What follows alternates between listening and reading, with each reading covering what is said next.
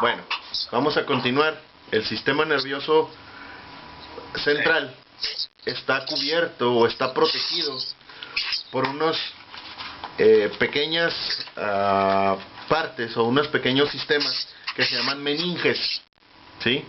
Las meninges son las capas que recubren el sistema nervioso central, ¿sí? Se llaman meninges, ¿sí? La inflamación de estas capas se llama meningitis. ¿Han oído hablar del término? Sí, cómo no, muy conocido. Correcto. Bueno, las meninges, todo el neuroeje, o sea, todo el sistema, está cubierto por estructuras óseas y tres membranas denominadas meninges, ¿sí? Las meninges envuelven por completo el neuroeje, ¿sí? Neuroeje es todo, incluyendo cerebro y médula. Se le llama neuroeje porque está al centro y es un eje del cuerpo. ¿Ok? Otra manera para llamarle al sistema nervioso es neuroeje. Este eje está cubierto por las meninges, ¿sí? Las meninges se denominan dura madre, aracnoides y pia madre. Vámonos a la página 10 de su manual. Sí. Ya la localizaron, meninges. Estamos. ¿Ya? ¿Dónde es poquito? Sí, maestro. ¿Sí? La primera de las capas, la más externa, se llama dura mater o dura madre. Dura mater está en latín. Es la más externa, dura, fibrosa y brillante. Es la parte más dura del sistema de las meninges.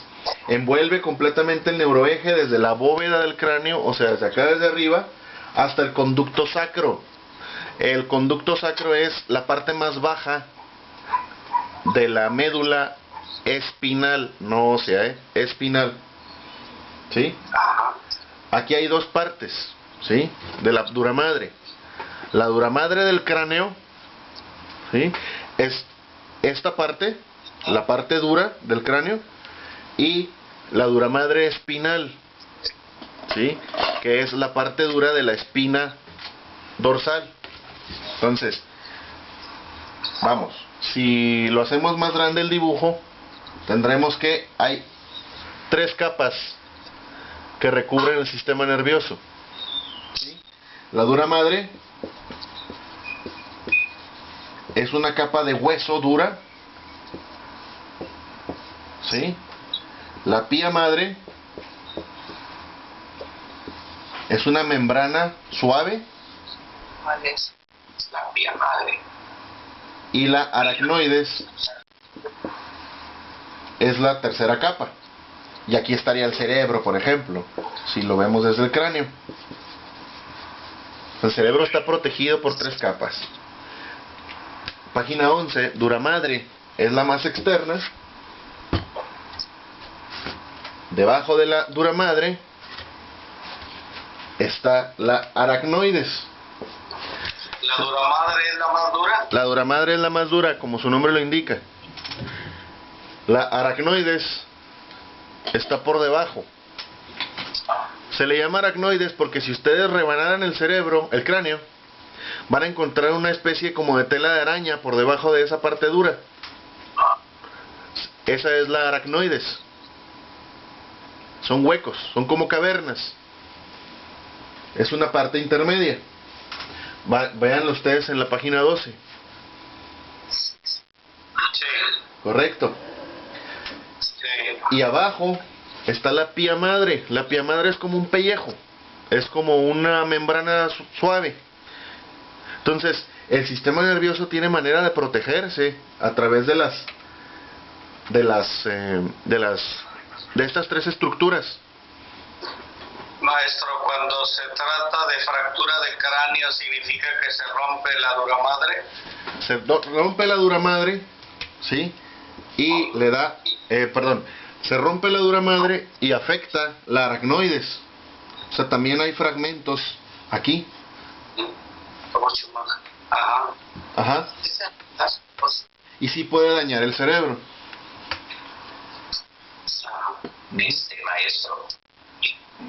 Correcto. Esta es una de las maneras de las que se protege el sistema nervioso. No viene en su material, pero les digo, el sistema nervioso en sí es como una masa gelatinosa. No tiene nada realmente de dureza, no tiene nada de firmeza. ¿Sí? Ustedes han visto un hígado. Es como una pechuga de pollo, como un pedazo de hígado. No, es como un pedazo de hígado, más bien la estructura del cerebro. Okay. Se tiene que proteger con estas capas duras, la de pía madre y la dura madre. Se tiene que proteger a sí misma con la pía madre, es decir, con ese pellejo. Y aparte, hay otro sistema, porque dentro del cerebro, el cerebro está hueco por dentro. ¿Sí? No sé si ustedes lo sabían. Está flotando en agua. Esa es otra. Esta agua sirve para amortizar.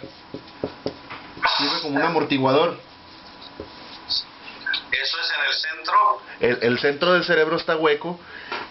Sí, a eso se le llama ventrículo. Los ventrículos producen líquido cefalorraquídeo.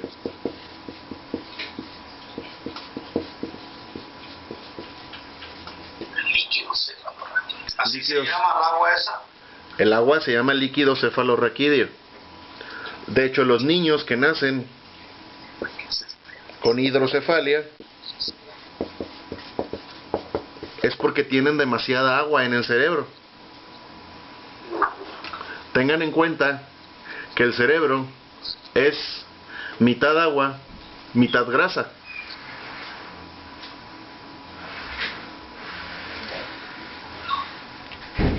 Es pura grasa el cerebro, de hecho. Ahorita les voy a decir por qué grasa. Por eso los antiguos egipcios al cerebro lo desechaban, porque no le veían función lógica. Sí sabían que lo desechaban, ¿verdad? En las piras funerarias. Creían que era moco. Entonces lo desechaban. ¿El cerebro? ¿El cerebro? ¿Y cómo es que lo desechaban? ¿Cómo que aspecto? ¿Lo tiraban? Cuando alguien se moría, le dejaban todos los órganos menos el cerebro, porque ellos creían que el cerebro era lo que nos sale de las narices. O sea, no lo quería decir, pero el cerebro tiene ese aspecto. Es un moco duro. Por eso necesita estas protecciones. Habría algunos más mocosos que otros. Así es. Okay. Es viscoso, es como un hígado. Más blando que un hígado todavía. Entonces por eso se tiene que proteger tanto. Y aparte de que está protegido por las meninges, está protegido por sí mismo con agua. Entonces, vamos a continuar. Dentro del sistema nervioso está el encéfalo, lo que les decía. El encéfalo está dividido en cerebro, cerebelo, tallo encefálico y diencéfalo. Todo lo que... Encéfalo lo vamos a entender como todo lo que está dentro del cráneo. Ese es el cráneo. ¿Sí? Todo lo que está contenido aquí es el cerebro, el cerebelo, la médula y una cosa que está aquí que se llama diencéfalo. Está escrito en la página 14, diencéfalo.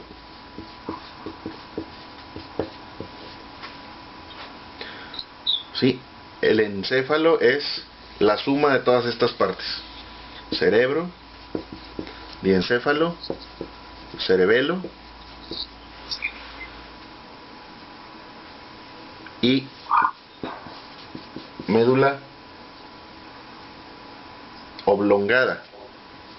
Miren, como tiene muchos nombres y se pueden revolver, no le vamos a llamar médula oblongada, vamos a llamarle tallo. Mejor. Entonces el encéfalo es la suma del cerebro más el diencéfalo más el cerebelo más el tallo, todo lo que está dentro del cráneo. ¿Okay?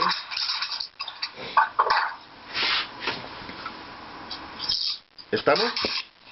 Sí. El cerebro es la parte más importante del sistema nervioso central. Es la parte más importante. ¿Sí? Si nosotros rebanamos el cerebro, vamos a rebanarlo mentalmente. Vamos a encontrarnos que está compuesto por sustancia gris y sustancia blanca.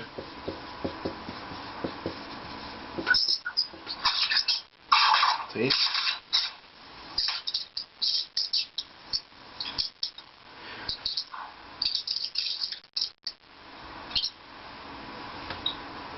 ¿Sí? Vamos a rebanarlo, sustancia gris y sustancia blanca. Esto es si lo rebanamos. ¿Sí? Por fuera, esto es importante que lo anoten porque no viene en su material. Por fuera, vamos a ver el cerebro.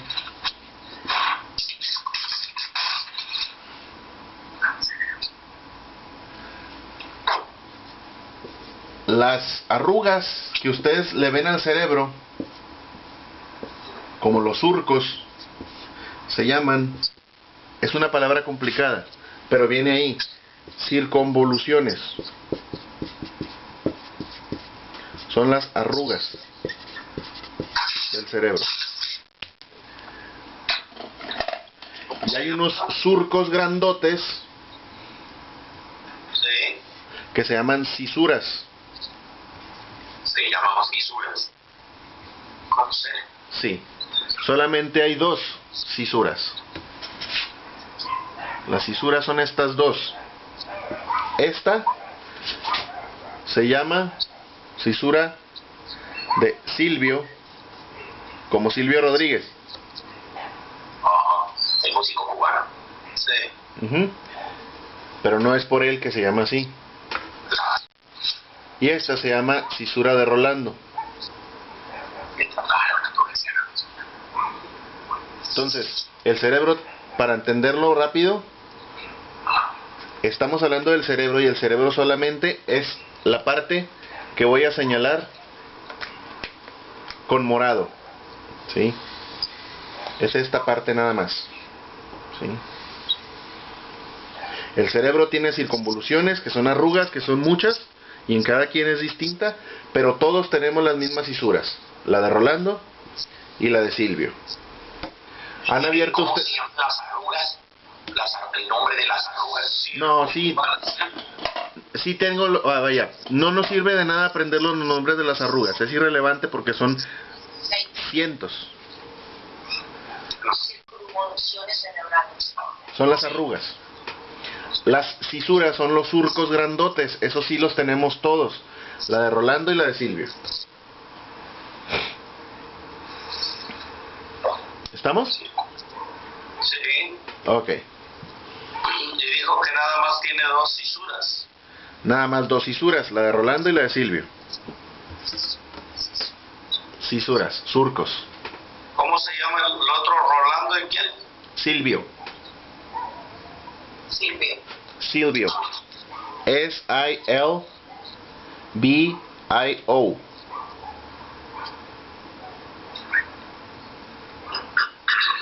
Ok. ¿Ya? Sí.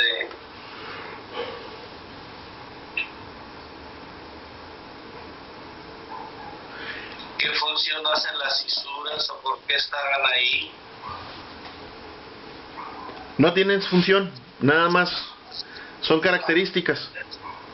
Separan. ¿Sí? No tienen funciones. No tienen ninguna función, simplemente están ahí. Nos sirve para ubicar algo nada más. El cerebro tiene las funciones intelectuales. ¿Cuáles son? Atención, memoria e inteligencia.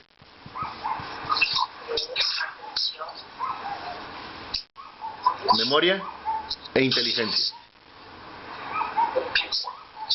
Memoria e inteligencia. Vamos.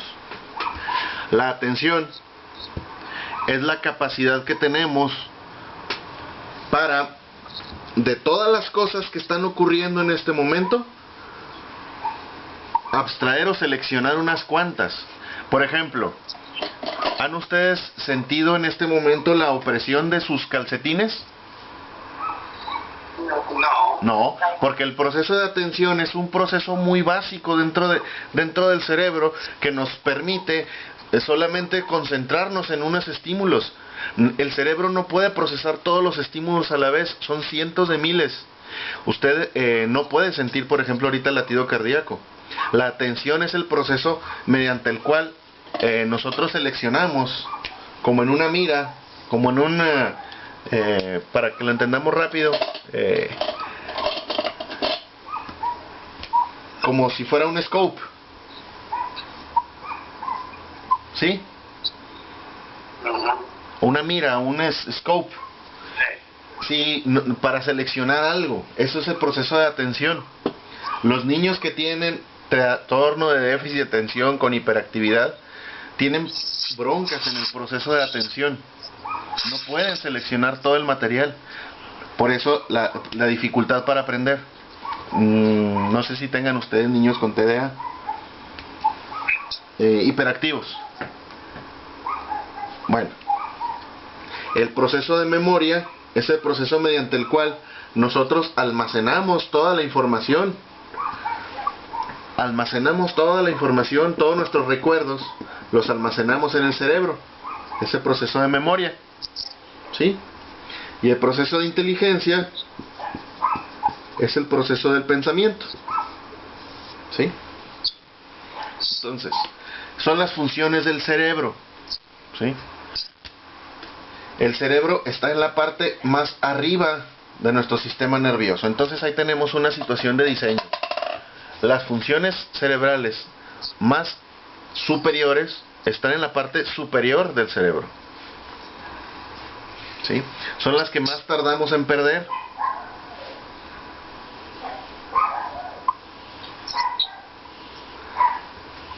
Es la parte más importante del cerebro. Ahora,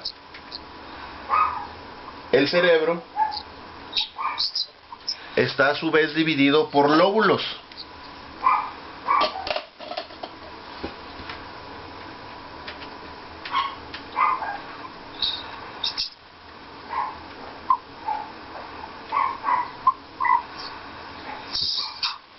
Primero, la división más sencilla del cerebro, página 17, se llaman hemisferios. Vamos a ver el cerebro por enfrente.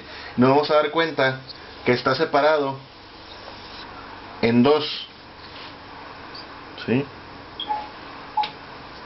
A esto se le llaman hemisferios. Este es el cerebro visto por enfrente. Imagínense que aquí están los ojos, la nariz, la boca, obviamente. Visto por enfrente, hay una división de hemisferios. Hay hemisferio izquierdo y hemisferio derecho. Aquí hay una dualidad muy interesante, ¿sí? Sí tienen funciones distintas el hemisferio cerebral. Página 17. Aquella parte del cerebro, el cual ocupa la mayor parte del encéfalo del cerebro, está separada por una cisura sagital media, o sea, está separado por un surco grandote aquí, ¿sí?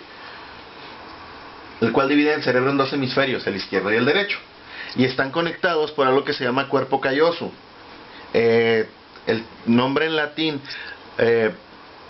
gran parte de las estructuras del cerebro están dichas en latín. No sé si ustedes sepan. No. Se llama corpus callosum. En español o en castellano se llama cuerpo calloso. En inglés desconozco el término, la verdad. ¿Ok? El cuerpo calloso es la cosa o lo que une los dos hemisferios. Ahora, sí tienen una función específica los dos hemisferios, al parecer. Hay como si fueran dos cerebros a la vez. Hay una parte del cerebro, ¿sí? El hemisferio izquierdo, ¿ok? que está del lado izquierdo del cerebro, y el hemisferio derecho. ¿Sí? Se complementan los dos. Eso es algo a lo que quiero llegar. Realmente, el funcionamiento del cerebro lo podemos dividir, pero finalmente se va a complementar. ¿Sí? Son complementos el uno del otro. El uno no puede funcionar con el otro. Mientras el hemisferio izquierdo se va a encargar, fíjense de lo que voy a decir, del pensamiento lineal, el derecho se va a encargar del pensamiento circular. No son líneas y círculos, no. Significa que cuando usted ve una pintura, ¿sí? Cuando usted ve una pintura, su parte izquierda del cerebro se va a encargar de analizarla y decir, esta es una pintura que pertenece a Miguel Ángel y es la creación. Pero el hemisferio derecho va a decir, ah, me gusta la creación de Miguel Ángel, a mí me representa esto, yo me acuerdo de tal y cual cosa con esto. Este hemisferio izquierdo es analítico, es decir, analiza lo que está viendo. Pero el hemisferio derecho es sintético,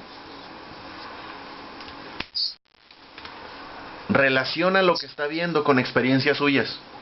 Ah, la creación de Miguel Ángel, yo me acuerdo que la vi en la primaria cuando estábamos en la clase de arte, y Miguel Ángel es un pintor del Renacimiento, etcétera, etcétera. Bueno, el hemisferio izquierdo se va a centrar solamente en ese momento en específico, para poner absolutamente toda la atención en ese. Mientras el hemisferio derecho se va a encargar de relacionarlo con su experiencia y de darle un sentimiento al respecto. Entonces, sí tienen funciones distintas, pero son complementarias, de modo tal que cuando usted ve el cuadro de la creación de Miguel Ángel, por ejemplo, está usted trabajando con los dos hemisferios. Uno le ayuda a identificarlo y el otro a relacionarlo. No sé si quede dudas con eso. Estamos hablando, por ejemplo, de la visión. Por ejemplo, en el lenguaje, para que lo entendamos rápido, vamos a hablar de esta palabra, hola. ¿Sí? El hemisferio izquierdo va a pensar, me está saludando.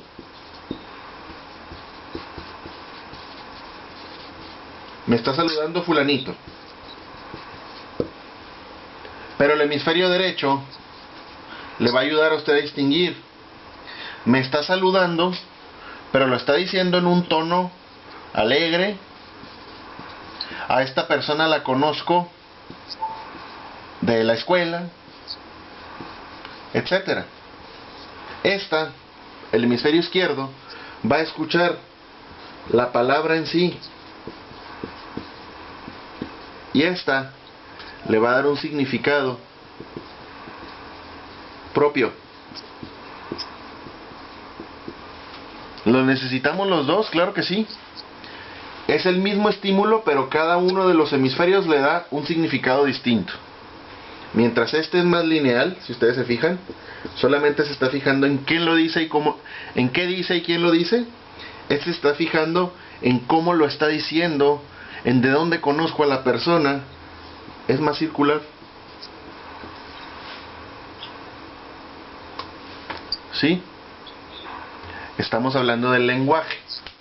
Sí tienen funciones distintas en el lenguaje. Vámonos al sabor, por ejemplo.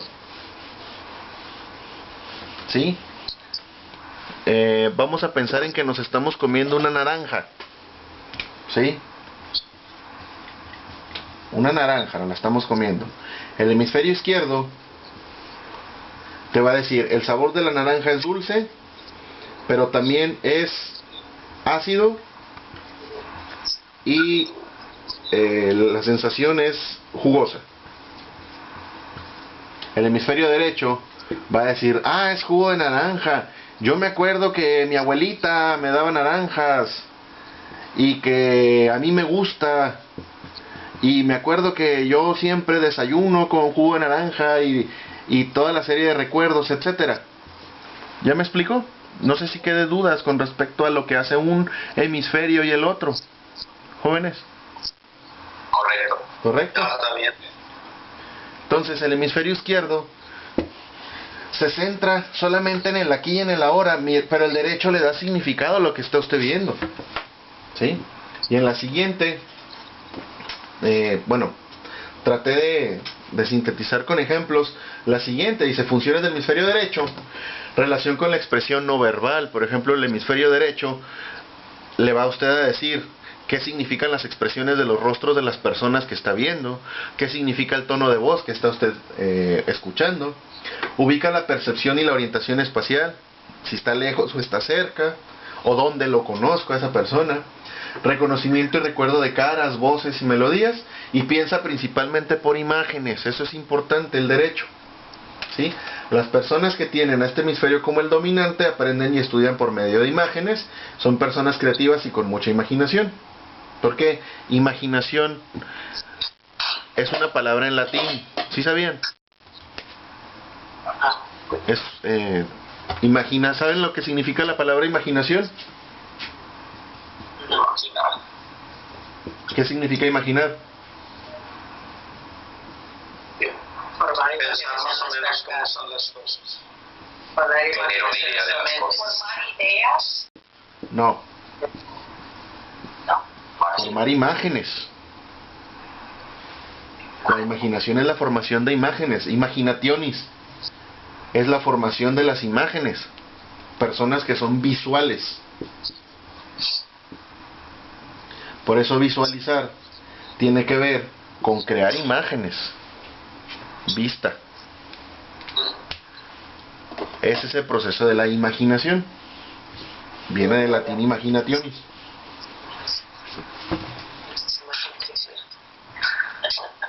Pero el izquierdo es verbal. Se encarga del significado de las palabras. El izquierdo. Es como un pequeño diccionario. ¿Sí? Es más lógico y es más matemático. Se encarga de resolver problemas numéricos, computacionales y de todo tipo. Si una persona tuviera un daño en el hemisferio izquierdo, pierde completamente el significado de las palabras.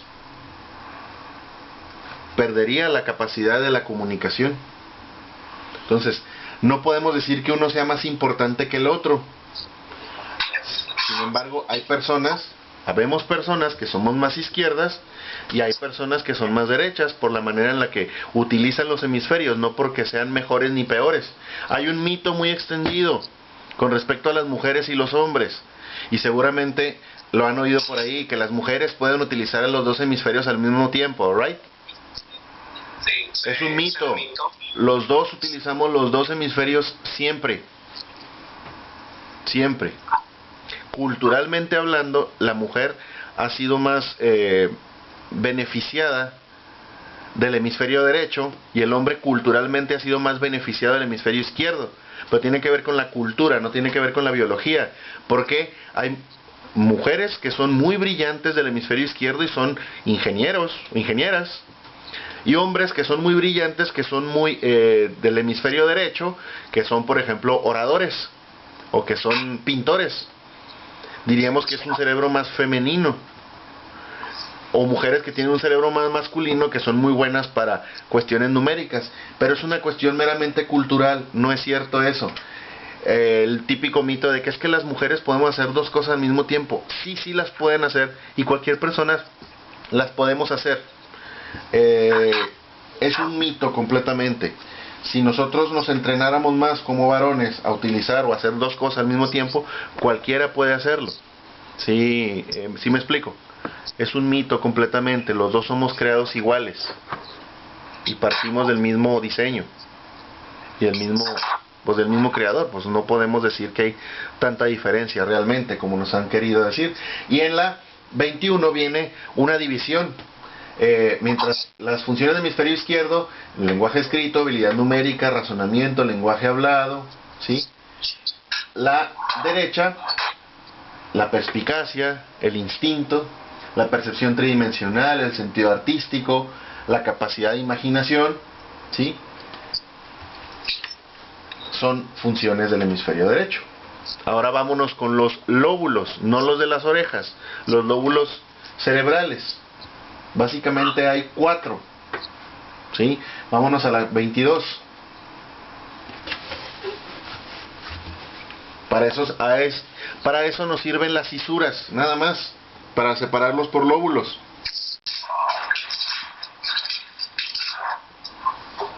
¿Sí? Todo lo que está entre el Silvio y Rolando hacia el frente se llama lóbulo frontal.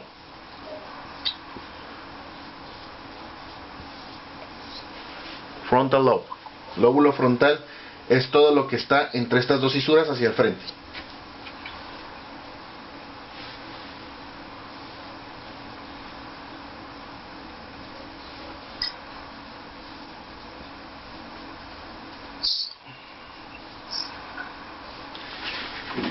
¿Sí? Detrás de la cisura de Rolando, acuérdense que esta se llama Rolando, hacia atrás se llama lóbulo parietal.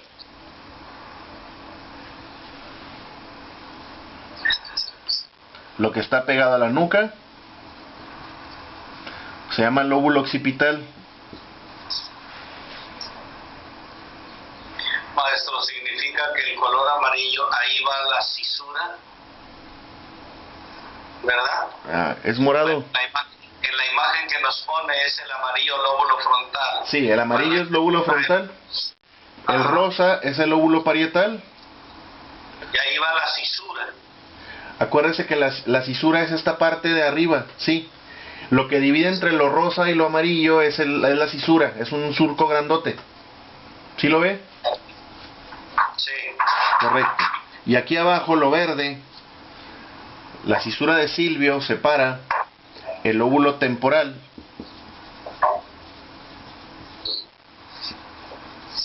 del parietal, la de Silvio lo separa. Entonces es lóbulo frontal, lóbulo parietal, lóbulo occipital y lóbulo temporal. Sí, en la imagen que ustedes tienen está todo igual pero al revés. O sea, lo que pasa es que yo lo dibujé con la cabeza viendo hacia acá y en la imagen que ustedes tienen la cabeza está viendo hacia allá, pero es exactamente lo mismo.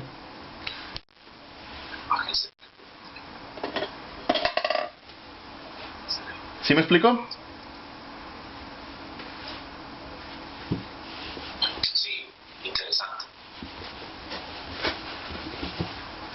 Ok, en su imagen está al revés, nomás que como yo soy diestro me es muy difícil dibujarlo así, pero en su cerebro, en sus imágenes está completa al revés. Este es el frontal, Correcto. este es el parietal, este es el occipital Occipital, el de atrás. y este es el temporal. ¿Sí? Es nada más una cuestión de cómo están acomodados. Ok, vámonos.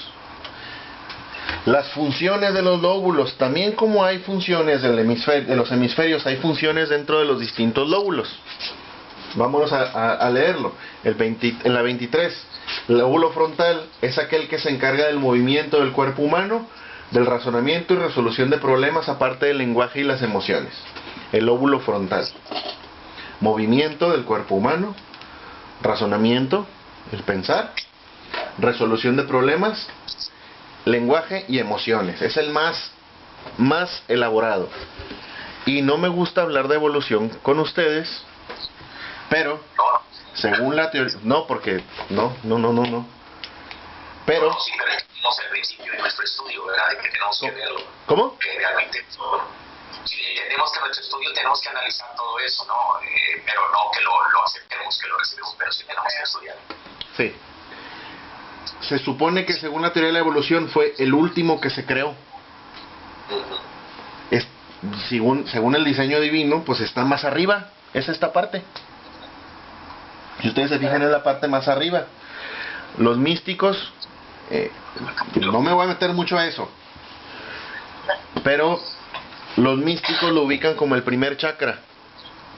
Los místicos hindúes, que es lo que se supone que conecta. Fíjense, sí es interesante hacer la analogía, aunque no seamos hindúes ni mucho menos, pero es, según la filosofía hindú, es lo que nos conecta con lo divino. Entonces es interesante rescatarlo de alguna manera, porque es lo que nos une a Dios, según ellos, o lo que nos hace más parecidos a Dios. No me quiero meter en asuntos religiosos de esa índole, pero es la parte más compleja del sistema nervioso, más elaborada. Luego, el lóbulo parietal, ¿sí? Acuérdense que es justamente este, atrasito. Es el encargado de las percepciones sensoriales externas, ¿sí? Este es el que se encarga de conectarnos con la realidad.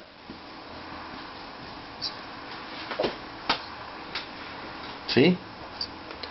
Este se encarga del pensamiento, de lo interno. El frontal. El frontal. El frontal. Ahorita acaba de decir. Y este se encarga de conectarnos con lo externo. Mientras este nos ayuda a conectarnos con lo interno, con lo espiritual, con lo superior, este nos ayuda a conectarnos con la realidad mundana. El parietal.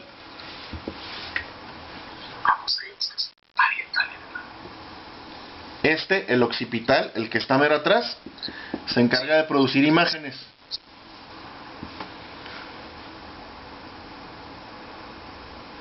Y este último, el temporal,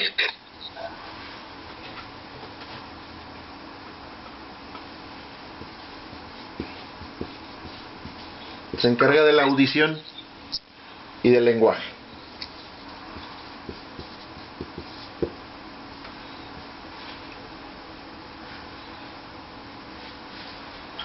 Eso ¿Y lo que... estos lóbulos cubren todo el cerebro o están en el lado izquierdo, el lado derecho?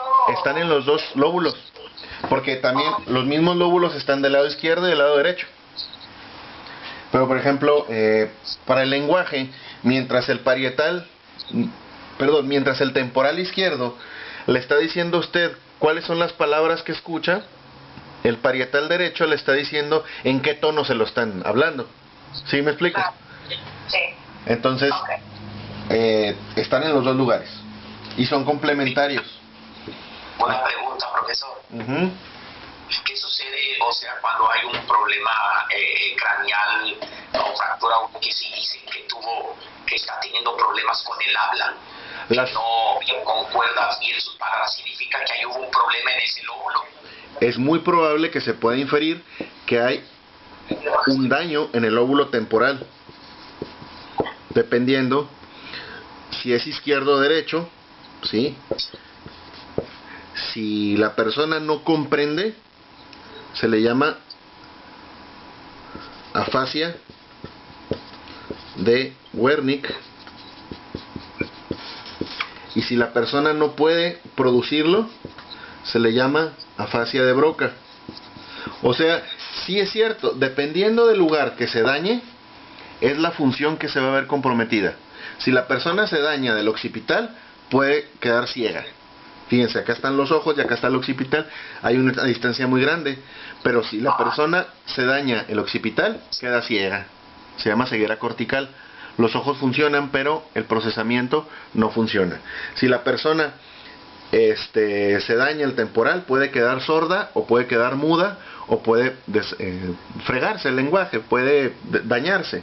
Si la persona tiene una lesión acá arriba, el contacto con la realidad se va a ver comprometido. Si la persona se daña del lóbulo temporal, frontal, perdón, la persona tiene fallas, por ejemplo, en memoria, ¿sí? Tiene fallas de pensamiento, etcétera. Dependiendo del lugar donde se dañe, la persona va a hacer el daño que va a tener. Maestro, ¿será que por ahí viene el asunto del Alzheimer? El Alzheimer es más complejo todavía.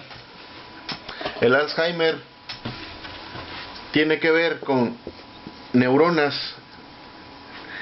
Me voy a adelantar, sirve de que ya agoto el tema que sigue. Las neuronas son las células del sistema nervioso, ¿sí? Aquí se guardan fragmentos de memoria. Un recuerdo complejo es la suma de muchas neuronas, ¿sí?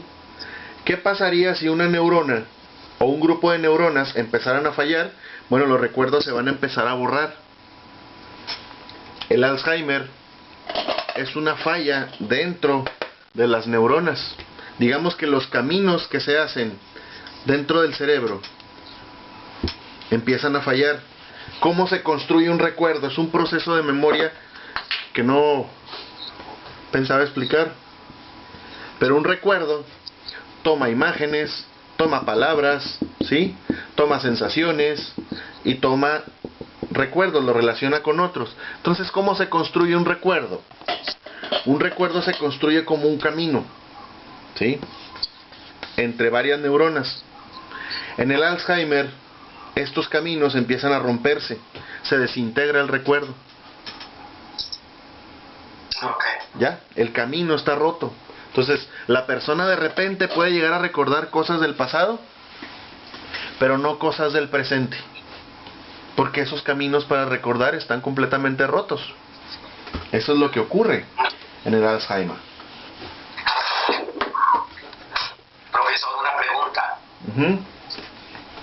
Sobre más o menos como lo que semejante a lo que le hice ahorita, que cuando hay un daño en esa parte que veíamos que es el área entonces temporal, que sufrió un golpe o lo que sea, niño joven, ¿qué sucede para poder recuperar, para volver a la normalidad? Que es cuestión de terapia, puede llegar a volver a su normalidad una persona que está sufriendo en esa área porque le dio unos golpes en la cabeza. ¿Qué pasa? Si ¿Es recuperable? ¿Se tarda mucho? ¿Es difícil? ¿Va a quedar así? Hay un principio que se llama plasticidad, ¿sí? Resulta entonces que por alguna razón nosotros tenemos una trayectoria. Imagínense que estos círculos son neuronas. Tenemos una trayectoria neuronal, ¿sí? Cuando hay un daño, ¿sí?, se pierden ciertas cantidades de neuronas. Hay una situación interesante y muy portentosa y muy bondadosa del cerebro. Esta neurona está perdida, el cerebro la desecha por la orina o por la sangre, se va. Con la experiencia y con terapia, lo que ocurre es que finalmente el cerebro se regenera. Esta neurona ya no va a estar, pero este camino lo va a reconstruir. El principio se llama plasticidad. Plasticidad cerebral. ¿Qué significa? Significa que finalmente esto se va a reconstruir a lo largo del tiempo. El cerebro tiene la maravillosa capacidad no de recuperarse funcionalmente, porque esta neurona ya se perdió, pero sí de seguir chambeando con lo que le queda. Entonces esta neurona y esta van a tener que hacer el trabajo de 1.5 y 1.5. O sea, van a tener que sustituir la neurona que ya no está. El principio se llama plasticidad cerebral. ¿Sí se puede recuperar funciones? Sí. Las estructuras no se recuperan, ya no se recupera. Pero lo que queda del cerebro va a tender a recuperar el trabajo de la plasticidad. Y profesor, pero claro, se puede decir entonces que esa persona con terapia lo que se va a hacer puede volver a la normalidad. Sí, a largo plazo. Hay un principio de la plasticidad. entre más joven sea, más posibilidades hay de recuperarse. Entre más viejo, hay menos probabilidad de recuperarse. Ok, muy amable, gracias, muy interesante. Maestro, en la función del lóbulo parietemporal, el frontal, razonamiento, resolución y lenguaje y emociones, parietal encargado de la percepción, occipital de la producción de imágenes, el temporal. El temporal tiene que ver con la audición y el significado de las palabras. Ok, porque ese no vino aquí en las notas. Sí, chéquelo bien. No. Nada más vienen los tres, el frontal, parietal y occipital. Funciones de los lóbulos. Dice lóbulo frontal, lóbulo parietal, lóbulo occipital, lóbulo temporal. Bueno, ese no llegó. Sí, ahí está. Temporal. El temporal no está. Sí, Está frontal, parietal y occipital. Es todo. así lo tengo yo, temporal. Nosotros no lo tenemos. Creo que sí, aquí está. ¿Tienes algo extraño? Temporal. Bueno, es que ella está viendo otra imagen. ¿Cuál es el que está viendo? Nosotros estábamos viendo esta. Sí. Funciones de los lóbulos. Sí, aquí está, temporal abajo. Funciones de los lóbulos. Lóbulo temporal. Ya. Funciones de los lóbulos. Y como yo tengo tres también. Pues nomás tenemos tres. Sí, está bien, maestro, seguimos. Sí, vamos. Seguimos. Ay, no, mira, Maestro. El cerebelo. Maestro, Sí. originalmente habíamos platicado con Rubén que era de 9 a 12, nos enlazamos un poquito tarde, pero pensamos de 9 a 12 y media. La clase está fabulosa. ¿Hasta qué horas tiene usted tiempo? Porque yo tengo que atender un compromiso pastoral a las 12:30. A las 12:30. Ok, 12:30. O sea, Vámonos rápido entonces. 12:30. El cerebelo se encarga de coordinar movimientos. Se encarga de la coordinación de movimientos. Cuando nosotros caminamos, tenemos que tener una coordinación izquierda-derecha, izquierda-derecha. Bueno, de eso se encarga el cerebelo, a grandes rasgos. ¿Sí? Esta es la parte de abajo del cerebro. Sí. ¿Sí? Ahora vámonos más abajo. Ya nos estamos yendo más abajo y son funciones menos humanas y son funciones más básicas, si ustedes se dan cuenta. El bulbo raquídeo, Sí. ya vimos el cerebro, ya vimos el cerebelo. El bulbo raquídeo es esta parte. ¿Sí? Esta parte. Ya lo habíamos mencionado, es la parte reptílica. Se encarga de masticación, tos, estornudos. ¿Sí? Son procesos, reflejos básicos. ¿Cómo qué? Como el respirar, como el estornudar, como el tener relaciones sexuales. Son cosas de ese tipo. ¿Es el que conecta el cerebro y el cuello? Sí. O sea, Ujú. Es el bulbo raquídeo. Si una persona se llega a dañar el bulbo raquídeo, inmediatamente muere. ¿Por qué? Porque es el centro de la respiración. Es cuando la gente se desnuca. ¿Ok? Vámonos a la médula espinal, página 30. Maestro, ¿en qué área exactamente se desconecta el cuerpo y muere? En esa área del bulbo raquídeo, porque cuando se trata así como los karatecas famosos que nomás le dan media vuelta al cerebro y a la cabeza y se muere la persona. Lo desconecta. Entre la vértebra atlas y axis Ajá. está el puente. Se O desconecta. sea, una vuelta brusca a la cabeza sí significaría desconectarlo y matarlo. ¿Sí? Este sería el cráneo. Esta sería la primera vértebra que se llama atlas. Abajo es axis. Aquí hay un hueco. Ahí tendría que dar usted el golpe, pero no queremos matar a nadie, ¿verdad? No, pero pasa a ver. Pero ¿cómo es Atlas y cómo se llama la otra? Axis. Axis. Axis. Ujú. A ver si es cierto. De hecho es lo que mata a las personas cuando van a la horca, porque se desconecta. No se mueren por asfixia, se mueren porque esto se desconecta rápido. Por eso mueren rápido las personas en la horca. En algunos estados donde está permitida la pena de muerte, pues la horca es una de las... Bueno, yo no estoy de acuerdo con la pena de muerte. ¿Usted está de acuerdo con la pena de muerte? Obviamente no. No, ok, pues estamos de acuerdo. Sí. Estamos de acuerdo en no estar de acuerdo. Ujú. La médula espinal es todo lo que sale debajo de axis, ¿sí? Es un hueco, es un tubo, perdón. Es un tubo nervioso, blanco y cilíndrico, encerrado en la columna vertebral. Este se encarga de conduce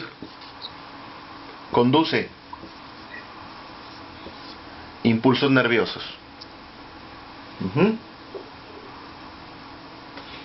Recoge todas las sensaciones de la piel, de todas partes, de cuando nos duele el estómago, por ejemplo. Todo es conducido a través de la médula espinal. ¿A dónde? Al cerebro. ¿Sí? Y por el contrario también, ya lo había mencionado, todo lo que se origina en el cerebro, se envía a los músculos. Por eso cuando nosotros realizamos movimientos, tiene que pasar esa información por la médula espinal. ¿Sí? Doctor, tengo una pregunta en cuestión de, ya que estamos hablando de lo último de lo que es el cerebro. Cuando una persona llega a estar muerta, que se dice brain dead, que es la muerte del cerebro, pero todo le funciona, o sea, el cuerpo todavía está activo, ¿a qué se debe eso de que incluso le quitan la máquina y deja de respirar por sí misma? Porque esto sigue vivo. Lo de arriba. No, la médula espinal sigue viva. Okay. El sistema periférico sigue vivo, pero el puente y todo lo demás ya no funciona. Ahora, cada quien podrá tener una posición con respecto a la vida, ¿sí? Pero cerebralmente lo que llamamos vida empieza desde el puente hacia arriba. Si eso ya no funciona, lo que está haciendo la máquina es prolongar algo que no llamamos vida. Por eso... La persona ya no siente, ya no escucha, no absolutamente nada. No. Científicamente no, cada quien tendrá su visión al respecto. Pero lo que está sosteniéndola ya no está dentro de la voluntad de ella. Ya es algo completamente antinatural mantenerla viva, porque ya realmente está muerta. Está por un medio artificial. Hay mucha controversia al respecto, y muchas personas... Porque hay algunos que después de un coma prolongado, de una muerte cerebral, han regresado. Ajá. ¿Por qué? Porque a lo mejor la plasticidad cerebral en un largo plazo empezó a crear o a recrear aquellos centros. Sí hay casos. Entonces sí hay posibilidad que se vuelva a recrear aquel dañado. Sí hay posibilidad. No es muy alta, seamos honestos. O sea, el porcentaje de eso no es grande. Muy poco. Puede ver la posibilidad, pero no se le garantiza. No se garantiza. Okay. Sí, la verdad no. Es una bronca de ética, es una bronca religiosa, es una bronca de... bueno, ahorita muy grande. Ahorita hay un caso en eso de que el esposo quiere mantener a la esposa viva a pesar de que le han dicho que ya no tiene actividad en el cerebro, pero porque ella está embarazada. Entonces él quiere que ella que el niño nazca, el bebé nazca, aunque ella ya está declarada que ha muerto, no hay ningún... Entonces ahorita está un debate entre el hospital y él, o sea, la familia de él. Por eso quería saber si en ese estado vegetativo, si la persona siente, no siente, o sea... No siente. No siente porque la sensación está en el cerebro, no está en la médula. Desafortunadamente. Sí, se desarrolle bien. Sí. Ok, por eso él quiere que ella siga conectada, porque ella estaba embarazada cuando ella tuvo ese accidente. Sí, sí es posible que el bebé se desarrolle. Y a largo plazo es posible que ella despierte de un coma prolongado. Sí es posible. Pero esa decisión la tendrá que tomar la familia. Ni siquiera los médicos pueden tomar esa decisión. Porque es una situación de derechos humanos. Me imagino que son también procesos muy largos y muy costosos para mantenerlos a las máquinas por meses o años. Así es. Así es. Ha habido casos que incluso un muchacho después de 20 y tantos años, él regresó, claro, ya no era muchacho, ya tenía sus 40 y algo, pero él regresó a la vida después de tantos años en coma. Sí, se han dado esos. Sí, sí hay casos. Para eso se requieren más estudios y